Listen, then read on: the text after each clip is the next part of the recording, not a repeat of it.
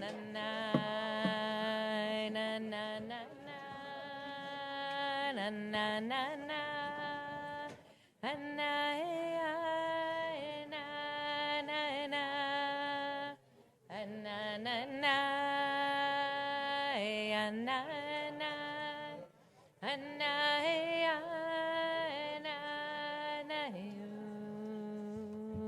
Welcome, everyone. I'm going to just ask, I think we might need to set up a few more chairs in the new front row up here.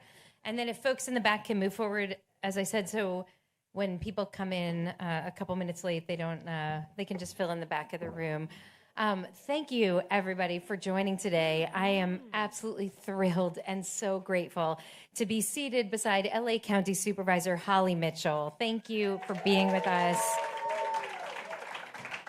I will say we've been trying to put this together for a long time, and we're so lucky that we landed on this time because we need this conversation more than ever. It will take a slightly different tenor than it might have. It had history gone another way, and we were meeting in another time. The problem with that for me is you think I have some of those answers. Yes, we do. We trust that you do. Okay, we're going to see. You know, there's this. And if I just slide down this chair in a puddle, then you'll understand why. There's an idea that comes in Megillat Esther, the story that we read for Purim, which is coming up in a couple of months. And there's a moment where something is asked of Queen Esther. She has to be very brave, and she has to stand before the king and make a demand on behalf of her people. Mm-hmm. And there's a line in the text that says, "Who knows, maybe you were put into this position of power for just a time as this." So I feel so grateful that you are in this position of power. I think it was for just a time as this. And I think in the days ahead, we're all going to need to be asking, are we alive in this place, in this moment for just a time as this? And who are we called to be and what are we called to do? So let me start this conversation just by sharing a little bit of Supervisor Mitchell's bio. She currently serves on the LA County Board of Supervisors. You are the daughter of public servants. Your family has been in Los Angeles for 3 generations. And so Supervisor Mitchell leads with a very deep understanding of the vital safety net that LA County provides to millions and millions of families. And I know that you are committed to ensuring that all of the residents of LA County can truly thrive. Since you were elected to this position in November of 2020, you have made poverty alleviation a priority across the county. You have anchored an equitable recovery plan from the health and economic pandemic caused by COVID-19. And we will talk about how you have centered and prioritized equitable recovery from these wildfires. Within your first year as supervisor and with the support of the County Board of Supervisors, you passed a landmark guaranteed income program. You made LA County the first in the nation to phase out urban oil drilling, and you've strengthened the county's ability to quickly respond to mental health crises among our unhoused residents. The reason I'm reading this bio in the second person rather than in third person is because a little part of me just wants to hear what you already know about the extraordinary and vital leadership that you have shown our county, our city, and I think it is really a model for this country. And I hope you feel how deeply grateful we are to you for everything that you have done to lead us up to this point. And you do know how much we need strong leadership in the days ahead. So first of all, thank you. Thank you. I appreciate that. I also want to add on a personal note, and we're in the beginning stages of this friendship, and I'm really grateful for that. But you not only bring this incredible vision and a really fierce commitment to building and rebuilding in an equitable and just way, but you also lead with incredible humility. And I've seen that in a number of different environments. Supervisor Mitchell actually came to our Tashlich when our community met at the beach. It was on October 6th. We were commemorating or entering into the commemoration of October 7th. And you said there, as you've said in numerous other environments that I know of, when asked to speak, you said, "I'm just here to support." And your quiet support spoke volumes about who you are and what it means to truly lead in this moment. It's not always about the spotlight. It's about how we can help shine light on each other, and you really do that. It comes from the depths of who you are. So I really thank you. I appreciate you. So yeah, we can just applaud the whole hour that we have together. We have really been honored to work with you in your role in the Board of Supervisor, and before that as state senator, and we're really grateful.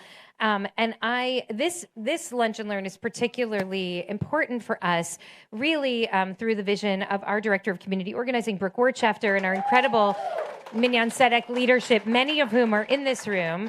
Our community has really prioritized a series called Know Your Reps, which we've been doing now over the course of many years, because we believe that we need to be trained in civic engagement and in democracy building. And too often, as Brooke likes to say, we focus on national elections and who sits in that White House, which can lead us feeling full of despair. But actually, to be a citizen of a democracy means to know our representatives, to talk to them, to build relationships with them, and to be able to express what matters most to us, to help you fulfill your vision of what matters most to you, and to understand that we are we're running a marathon here. This is not a sprint. So it's really wonderful to help deepen the relationship in this moment. I will share in my kind of final word of introduction, just so that everyone in this room knows, and to make sure that you know, we really have we have a lot of justice work going on in our community under the umbrella of what we call Minyan Tzedek, which is holy organizing, organizing together in intimate ways to transform our city, our state, our country, the state of Israel, and the world, and to enact our vision of a more just and loving society in all of those places. We have among that umbrella 2 teams of advocates, our community organizing team, and I'll ask folks who are here who are really involved in our community organizing path to raise your hand so we can see a few of the leaders of that work. And I can tell you they've been doing this for many years. That works on issues of racial and economic justice and immigrant rights, alongside our partners in LA Voice and HIAS and other great organizations.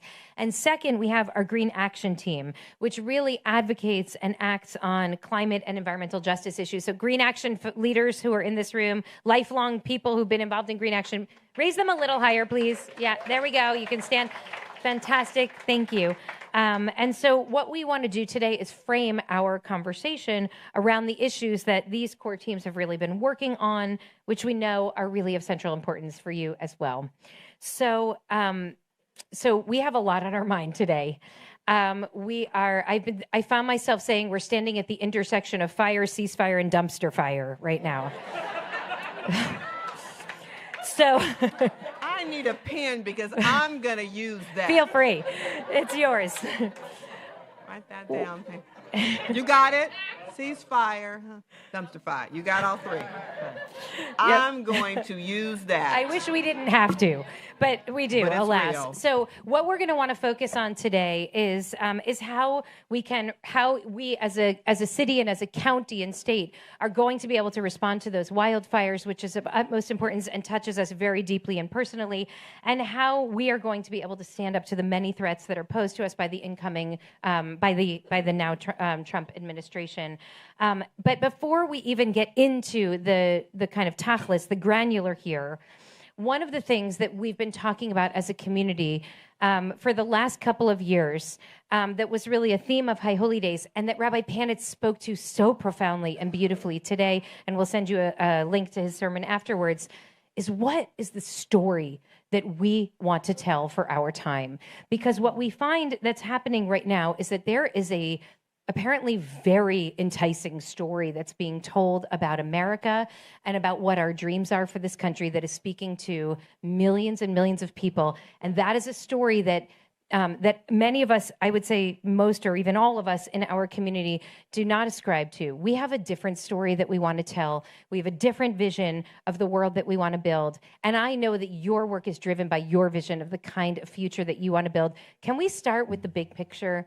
What is the story that you want to tell? Help us envision what LA, California, the United States of America could look like were we able to harness the resources, human resources and other that we have in order to build a different kind of future than the present we're in. Thank you for the invitation and for the partnership. And may I say sisterhood? I appreciate that. I'm wearing a cowrie shell. You see it in my hair? You know, cowrie shells were used as symbols of wealth and money historically in West Africa. And I don't know if any of you watched any part of the inauguration and saw the Supreme Court Justice had a collar. And I've had the privilege of meeting her. And you know, she's a petite little thing. She's tiny. She's tiny. She was at the Wilshire E. Bell about 2 months ago with her book. I saw her, met her. And a lot of the reports that have been written about it was like, oh, it was her defiance. And I said, now, if I'd worn them, you'd say, oh, that's Holly's defiance. Yeah. But that's not who she is. And what hit me was she was protecting her heart. They also, just represent a cultural and spiritual, they have meaning. And she was protecting her heart, I believe, from that space where she was. So I'm going to have a cowrie shell somewhere on my body for the next 4 years. We need to buy some cowrie shells. I went to Michael's and got a glue done. I am the least crafty person you have ever met. And when I leave here today, this is my last event today, I'm going to have my glue gun, and I have cowrie shells, and I'm going to glue them on the tip of bobby pins.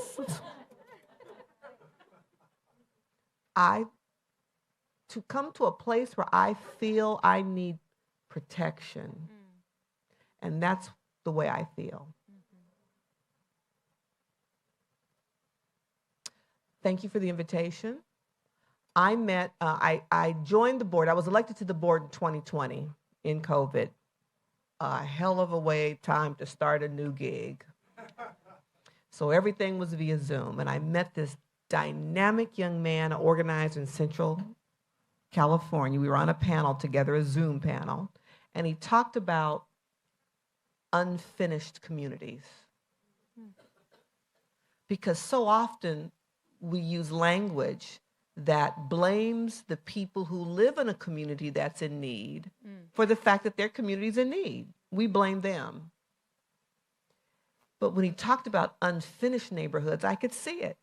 I have the privilege of representing the 2nd Supervisorial District that has lots of finished neighborhoods that have amazing tree canopy and whose streets are safer and have adequate housing. Redondo Beach just hit, functional zero for homelessness.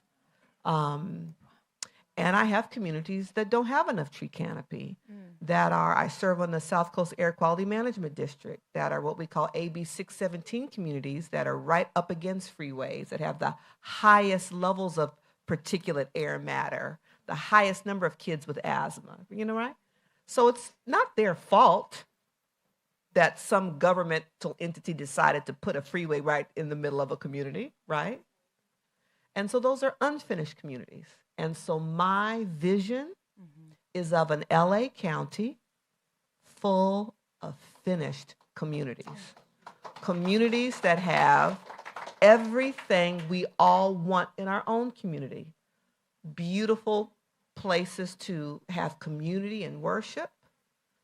Everybody, whoever I talk to, whether it's a Hancock Park resident or a South LA resident, everybody wants a community and a home where they feel seen and have a sense of belonging.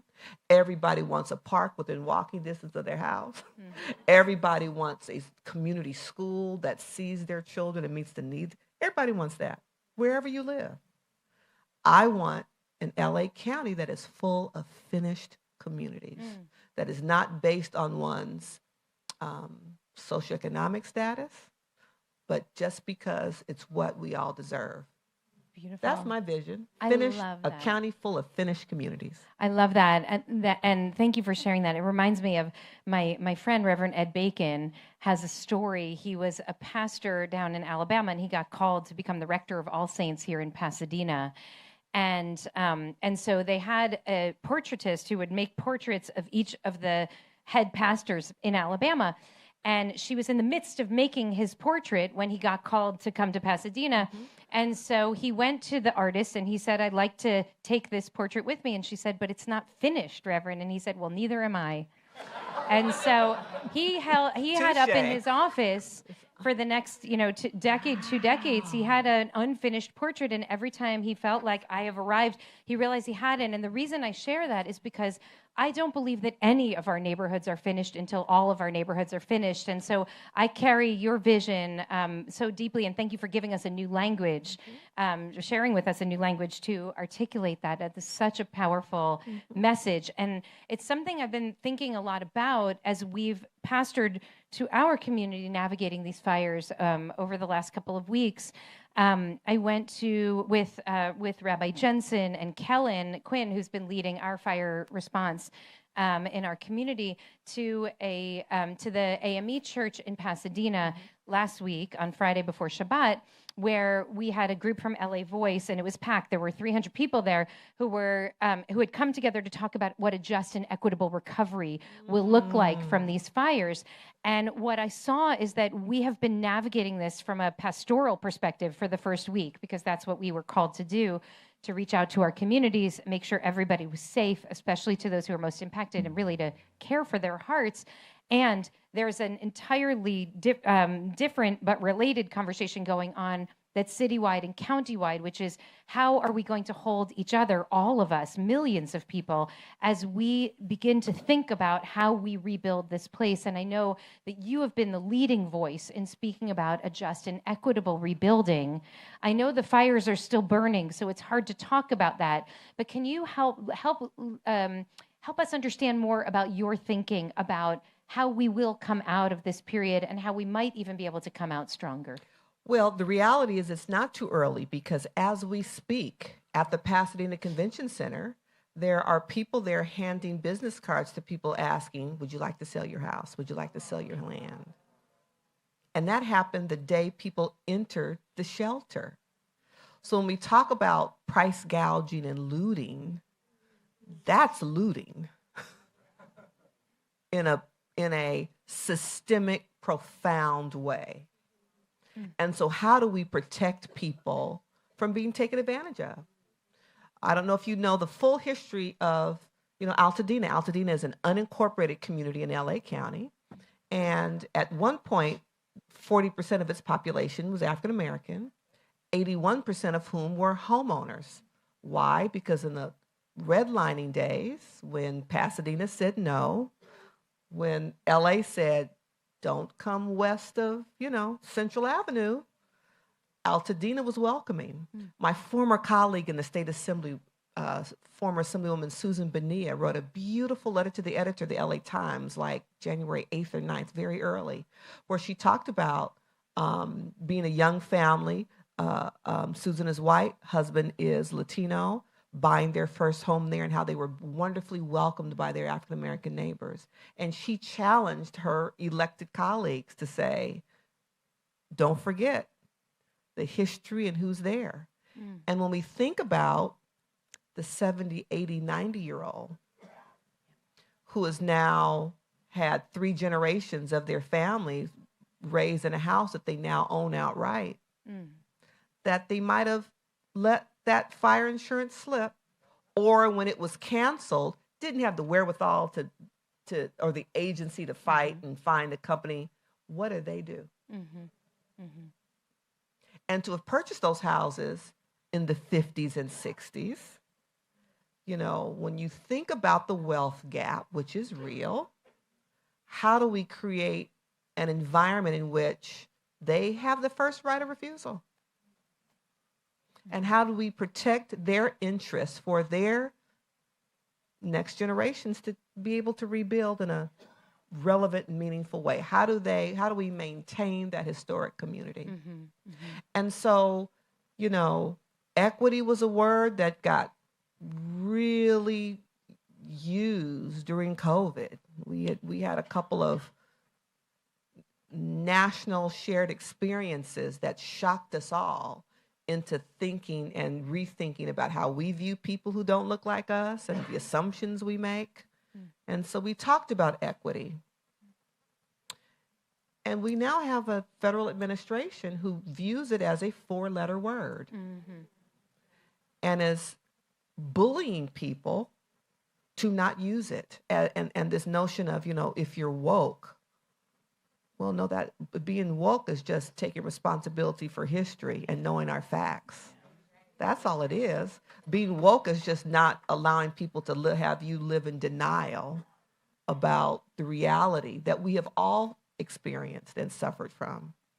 So, it's really my goal to make sure that those elements aren't lost in an effort to rebuild, in an effort to rebuild quickly, in an effort to try to push this behind us and move forward. No, we're going to see people, engage people in conversation, and have them be a part of what rebuilding looks like and feels like for their community. Yeah, thank you. One of the pastors who spoke shared a story at the press conference about a small deer that died in his backyard. And he said he saw this animal lying there, and he looked up and he saw a giant vulture that was perched on a tree just waiting to swoop down. And it broke his heart. And he thought, what do I do? Because he had to get someone from the city to come remove the animal, but he wanted to protect the animal from the vulture. And the thing he thought to do was to break open a cardboard box and just give cover to that animal to protect it from the vulture. And he said, our work right now is to give cover to protect from the vultures. And it was so powerful to think about the communal effort that will be necessary in order to protect each other through this recovery. One of the things that we're concerned about is a moratorium on evictions, on protection for renters, on just thinking about the policies, even for people who were not directly impacted by the fires, but are indirectly impacted. And one of the things we know is that whenever there's a crisis, whether it's a health crisis or an environmental crisis or a political crisis, it harms the most the people who are already vulnerable before. And so I wonder if you can speak a little bit about how the county is going to protect renters, unhoused people who were, even before the fires, most vulnerable to the conditions of our time. I appreciate that. And the county, I've been known to say that, LA County, I have found since joining the county family in 2020 is not what I call, it's not your grandmother's LA County. And I say that affectionately because my grandmother worked for LA County. But when I joined the county in 2020, I was blown away about what the county does. The county level of government is the safety net. The function of the safety net level of government is to help people from, when you need us the most, the bottom from falling out. So you think that's adult protective services, that's foster care, that's child welfare services, that's food stamps, that's CalWorks. That's what the county does, which is why I ran for the seat, because those are my policy areas that drive me to do policy work. And so we have been doing great work around protecting renters through our county rent stabilization and our tenant protection ordinance that I worked very delicately and diligently on. When I think of my community and I think about who provides affordable housing, it's more often than not mom and pop landlords who truly suffered during COVID as well. So how do we create this balance? Because if I force a mom and pop landlord to sell their triplex, their 9-unit building, it's not another mom and pop who's going to buy it. Yeah. It's one of the big corporations. And so how do I create this balance where I honor those who may be looking to this fourplex as a part of their retirement plan, who have been good to their tenants and haven't raised rent according to what the law will allow? So how do I create safety net for them as well as the tenants? And so our ordinance that we finished the end of last year allowed for an incremental rent increase, very small. The state law allows for up to 10%. We did 3%. a little more for mom and pops, to try to create this sense of balance. When I first ran for the assembly, my son was 8, and he would ask me, and 8-year-old, everything is black or white, good or bad. And I said, most of the decisions I make is somewhere in between. Most public policy decisions, I'm threading the needle. How do I create a solution that threads the needle? And that's a perfect example. But the county, I think we have leaned as far as we really can, acknowledging the needs of tenants, to create a pilot to allow for legal representation when tenants are facing eviction, right to counsel at the county level in unincorporated communities. So that's the work we had already started, we've been doing. That now is all the more important. The other piece is building. Yes. I'm proud to serve on La Casa, the LA County Affordable Housing Agency. I chaired its inaugural year. We're now in year 2. And thanks to all of you who voted for Measure A. Thank you. Because it created the first permanent funding source to allow us to build affordable housing. The only way to really address the price issue is to build more. Yeah. We all know supply meets demand. And when supply is inadequate, that allows for the market to increase at untenable rates and levels. Right. So we're continuing to build. I was speaking with a friend and colleague who lost his home in the fires, and he said that he called, there was a house for rent, and he called, and the person said to him, "You are the 200th caller of today." So the crisis that we had before, we have all the more so, and I want to.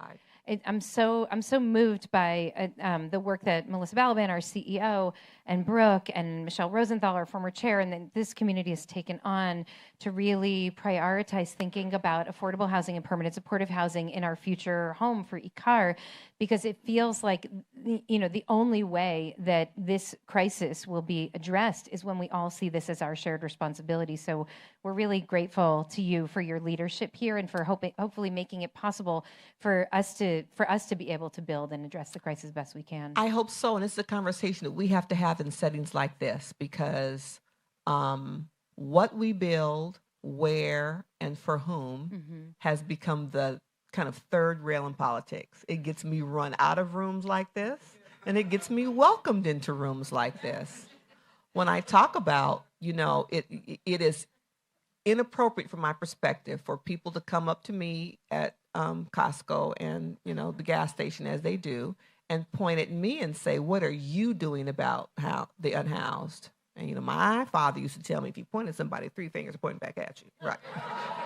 That's what my daddy said. And so the point is, until we are all prepared to have our own blocks to look different. So when I've had protesters at my home, I live mid-city, I'm a duplex owner, and they leafleted my neighborhood with a picture of my house, and how would she like it if it were a 3-story building or 4-story building next door? I'm like, fine. You got the wrong one if you thought that's not me. Until we are all ready for our own blocks to look different, then we clearly aren't as concerned as we sometimes say about the state of the state. Not only for our unhoused family, friends, and neighbors, but for our own family members and children. Because I'm a duplex owner, and that 24-year-old is next door, not paying me anywhere near market rent, nor his roommate, because they can't. And so it's the whole spectrum of people who can't afford housing in Los Angeles. People, we talk about the unhoused, but that's one population. We haven't built enough to accommodate our needs across the board. All right, I'm going to shift gears for a moment, not a moment, for a few minutes. We're going to talk about the Trump administration and some of the threats to our people and planet. And then after we talk a little bit more, I am going to open it up for questions. I know that folks here have a lot on your mind, and Brooke, maybe you can help me with the Q&A, identifying who, like you'll pick people who will ask questions. Well, this president ran on a platform of denying that climate change is real, threatening to deport millions of undocumented immigrants. He's made rolling back protections on trans people a centerpiece of his agenda. We knew this was coming, and even still, I found myself shocked hearing the inaugural address. He has promised to slash federal government spending in a way that could only be possible with severe cuts to every federal department, including from HUD and EPA. to the EPA to the IRS. So what I would like to ask you is, in the face of all of these threats and all of the noise and all of the confusion, and at our Shabbos dinner table last night, we were talking about red herrings and how we have to be careful not to get caught up in the noise and to keep our eyes on the prize, which means focusing on where the real threats are. Can you talk a little bit about where you and your colleagues on the board are choosing to focus right now, and can you help us focus? Where would you want a community like ours, who is in strong values alignment with you, to really to keep our finger on the pulse? The reality is, one thing, if you've not met me or never heard me speak, I keep it, as the kids say, 100. I just do, which makes me, I don't call myself a politician. I call myself a policymaker. So that probably makes me a not very good politician. We're still trying to figure that out. Mm-hmm. Of course, that's me. It's me. Sorry. We are in the midst of the fire, providing leadership to the sheriff and the fire department, putting resources where they need to be. The inauguration happened in the middle of that. Mm-hmm. I saw our board chair, Supervisor Barger, at the press conference with the president. I understand the governor was actually not invited on the tarmac, but he just walked out onto the tarmac, right? To hear a connection between helping us with fire recovery and voter ID cards, mm-hmm. to continue to amplify a lie about our source of water, that we're not getting water from the north. There was a little exchange last Tuesday between two of my colleagues, or one colleague said, I'm worried. Another colleague said, it's premature to be worried. So I think we're still trying to figure it out, mm-hmm. what that's going to be. What I can tell you is LA County's got a $47 billion budget. The lion's share of that comes from property taxes. That's where the county level. But 19% of that comes from the federal government, because we're passed through for these programs, CalWorks, CalFresh. So it will have a direct impact on our county budget if those programs are cut. Mm. So the question is, how do we continue to provide services to the most vulnerable among us if the federal government doesn't fund us? One of the events I came from earlier today, I heard the president of the city council, and I heard Congresswoman Kamlager of Sydney. The president of the council said, and I was like, okay, yeah, we know we're a donor state, that this administration can't let California fail. Now, he can name call and do all that he does with Gavin and make up memes and call him names, but that they need California. And as a result, and to look back at when he was president before, there was more talk than action. And so he gave the example. He was going to build a wall and Mexico's going to pay for it. Mm-hmm. Mexico ain't sent us a penny, the wall, whatever. And then the Congresswoman was on fire, mm-hmm. and talked about, let's look at all these executive orders.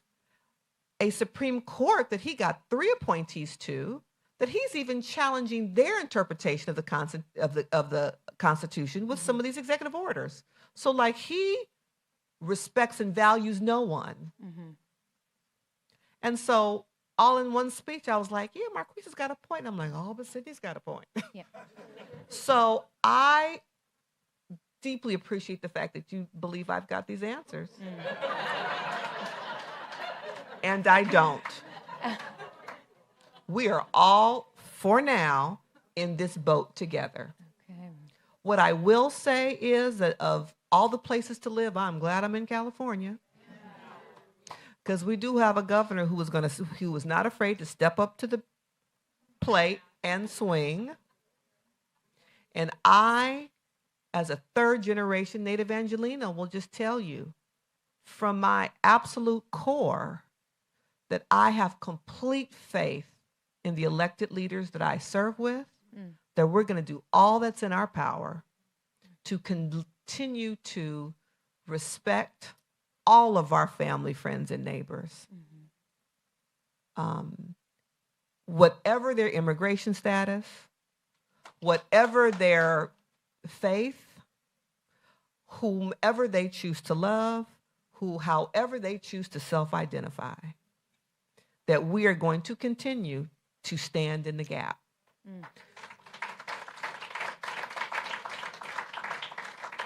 How we do that exactly? Will that be easy? If you see me at some point in the news with a cowrie shell full dress, just every square inch of my body covered, you'll know I'm up against it, but I'm swinging on your behalf. We're going to figure it out. We don't have a choice.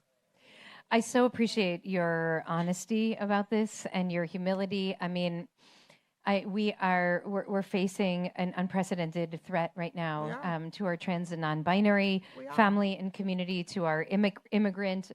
Can I say this? Because I'll forget it. I'm sorry. Please. Bishop, I don't know how to pronounce her last name. Bishop Buddy. Bishop Buddy. Bishop Buddy.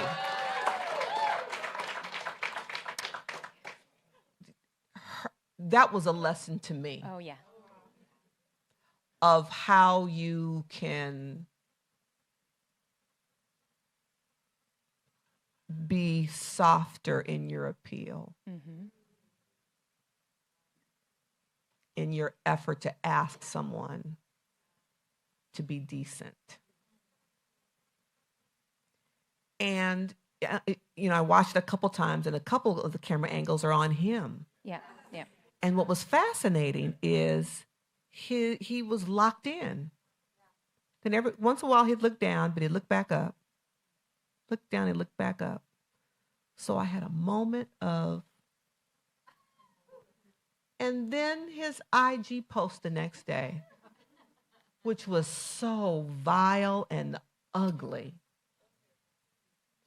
which then made me fear for her. Yeah. I'm afraid for her. I'm afraid for her. To see the young man on the news who said, he released my father, and I turned my father in because I knew he broke the law. So I am now at risk. So the fact that there's no thought given to the consequences of your actions, every motion I bring forward, every vote I take, it is a painstaking process as a policymaker and elected official about intended and unintended consequences of this action I'm taking. I carry that heavy.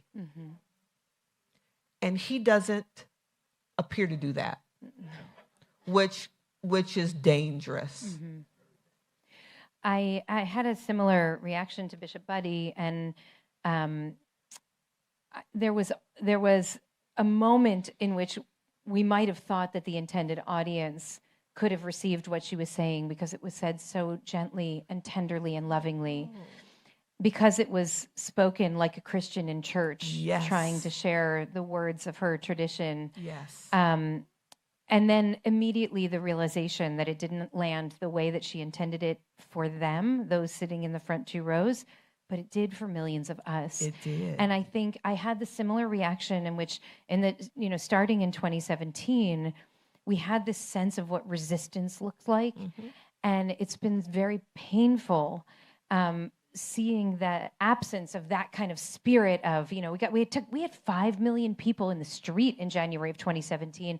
And that's there. not what's happening now. Mm-hmm. But what Bishop Buddy showed me is that there's a resistance looks different in our time, and it's quieter, mm-hmm. and it's more centered and grounded. Mm-hmm. And I'm so grateful for that reminder, because Me even too. though it didn't land where I think she intended it to land with him, I think it landed with the rest of us. Mm-hmm. And that's a really important Mm-hmm. reminder for us in the days ahead of how we need to lead, how we need to speak the truth. And how we need to take action. Yeah. An action that while marches, and that is one form of action, but other ways in which we can take action. And it's like conversations like this. Yes. Yes. It's like your movement to know your representatives, to have relationship, Yeah. to allow us to come and tell you our perspective, and whether you agree or disagree, we have the opportunity for a civil discourse. Yeah. I am going to open it up now for a few comments in the community, and maybe, where did Brooke go? Oh, okay. Brooke, because I don't know if you have Minyan Tzedek leaders or whomever that you want to identify first. Okay.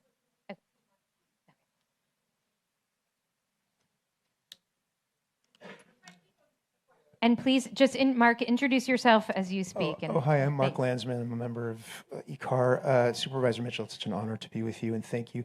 I wonder if you could shed some specific light on how you're thinking, or you and your fellow supervisors on the county level are thinking about the idea of sanctuary, because it's going to come to that, right? So what kind of conversations are we not privy to that we could benefit from hearing from you, so we can support that effort as best as we can?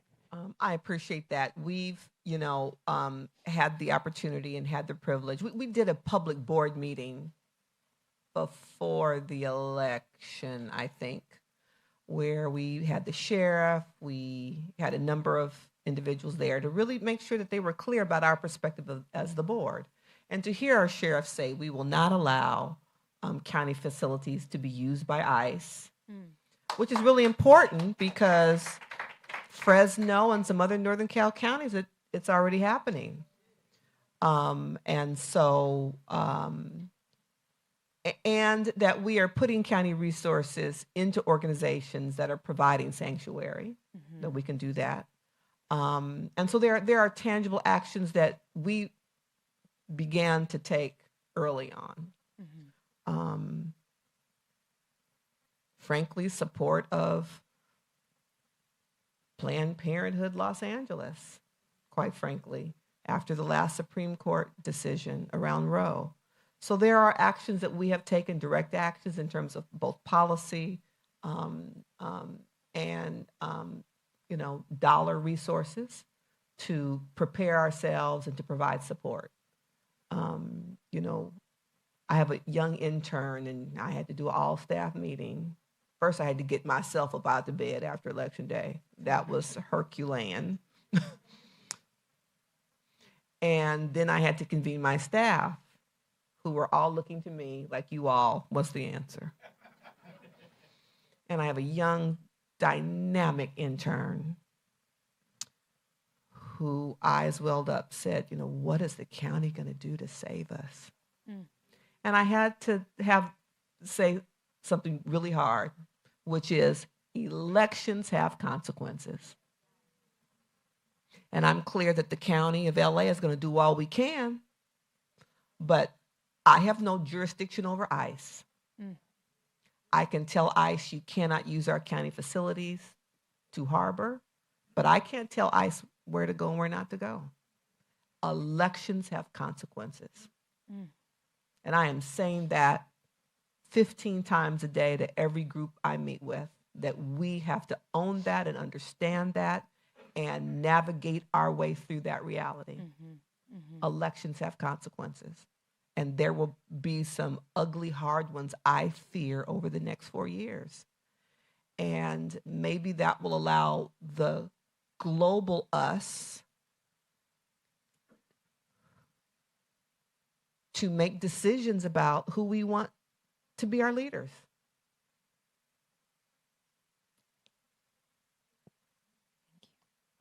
Oh, hi. Oh, Yeah, Michael. thank you again for attending. I'm Michael Ellenberg, member of IKAR. This fall, I was just curious, when you were talking about our communities need to change the way they look if we're ever going to solve a housing problem, not just for the unhoused, but just for housing affordability, economic vitality, just life in this city. Curious about how you view the county's role. The city this fall voted to keep whatever was 78% of the city single-family housing, basically ensuring there is no way to meet our affordable housing, like just make and really without a public discussion. It was really dispiriting and depressing. And it's an interesting moment also after the fires of just how hard it is to build here. Curious just how you feel the county's role can be in addressing these. I don't know all the legal structures between the state and the county and the city, but if this doesn't change, it feels like nothing changes. And curious how the county can be supportive of getting people, getting the cities, or our city in particular, where we are right now, to change. So, it's interesting. There are 88 cities that comprise LA County. And most of those decisions really happen at the city level. The county comes in our couple hundred unincorporated communities. So in my district, it's Ladera, Florence Firestone. In Hilda's district, it's East LA. So we can set those policies for the unincorporated communities because we are their local level of government. But the county has also worked very hard to try to support our cities in stepping up and understanding their role. The RENA numbers, the numbers that the state has now said we must build based on the city or whatever, are real stretch goals. And we've got some cities who've chosen to sue, who want to, debate the numbers. And there are others who are just like, that's our number, let's build. Love you, Culver City. Let's do what we can. Love you, Redondo Beach. Let's do what we can. So the county, has a role to play in our own redevelopment agency. We're going through our, West Side Development Plan. It will be up on Tuesday, where we're looking at the communities and looking at zone changes. You all are a lovely audience. You should have been with me in Ladera. The Democratic Convention was July, where I went and, of course, got COVID, like half the convention attendees, had this community meeting in Ladera to talk about upzoning so we could build more densely. I had COVID, and my chief of staff said, "You can't not go." I said, "I'm clear I can't not go." And with a mask, in a room of 300 people, with 200 others online, I said it earlier, what we build, where, and for whom. And when I say what we build, so, I'm a duplex owner. I think it's the greatest thing ever. I was able to buy that duplex when I was the CEO of a nonprofit organization as a single woman because I could count the income. It allowed my mother to age in place. It allows this 24-year-old and his roommate to live next door to me now because I've lost my mother. If I could have got a triplex or a fourplex, I would have done that. My money just wasn't that long. And we have to think differently. And I talked about how everybody wants the same thing. When I was in the legislature and we were voting on a bill around ADUs and trying to make it easier for people to build ADUs, it was the same form letter I got from Hancock Park residents and South LA residents. Don't disturb the charm of my neighborhood. And elected officials, former elected officials, wore me out. So this notion of single family homes and the vision of the American dream in LA, I've had to educate people. I'm from Leimert Park, which was redlined, and zoning was a way to keep certain people out of communities. And I'm like, and how convenient that we've forgotten that. Zoning was trying to keep this single-family home zoning was to keep us out of Leimert Park. And now you want to pull up the drawbridge behind you. These are really difficult conversations that I think that we all have to check ourselves. we have to have the conversation with ourselves. I do not believe, as I told that lovely crowd in Ladera, that there is anything I could do to degrade the value of their property short of building an open air dump, right? Short of that. But this notion of building and building well and building, with the eye towards the history and the character of a community, we can do and still build. But it is an uphill battle. And the reason that we are 800,000 housing units short of where we should be as a region, 500,000 affordable, is because we property owners have been successful over the last 30 years of threatening local government who have zoning responsibilities. And so people froze and wouldn't build. Because we show up at town hall meetings like they showed up on me in Ladera and frighten policymakers from doing the right thing. And now we have what we have, a moral crisis. And so you voters you got it when you passed Measure H and HHH. You got it when you passed Measure A this last go round. And I have a higher level of confidence that we're going to get there. It is painful. There will be political carnage on the road, perhaps me. Voting is one of the most selfish acts we engage in because we vote, some people, according to what we think is our self-interest versus what is best for the community as a whole. And so, when people threaten me, I voted for you, and the inference is, do what I tell you to do, as opposed to acknowledging that I got 2.2 million people I represent in LA County. And I'm trying to make decisions, I think, that are for the greater good so we can have multiple communities that are finished. Thank you. So when we were talking about vulnerable populations, one of the ones that I didn't hear mentioned was elderly and disabled, which I also know the county looks after. Yes. And I first want to thank you for the LA Found device. My family benefited from that. Oh, beautiful. And at the time that we needed it, I was concerned if there were an earthquake or some other emergency. I agree. My loved one, how would I evacuate him? I agree. I would need help. I know their schools, their churches, their hospitals. But after we get through that, who was going to help me evacuate my loved one? And I reached out to the police. I reached out to the fire department, and they both looked at me like, what's she talking about? What kind of system are you talking about? Right. So looking at the Eaton fire here, Yes. it's totally predictable. Yes. That in an emergency like that, not just Black, but intersectionality. Black, elderly, disabled. Those were the folks who passed away. That is exactly who died. So you are right. What kind of system, after we deal with the crises, multiple at hand, Thank you for this question. can we start to build to look after those vulnerable people?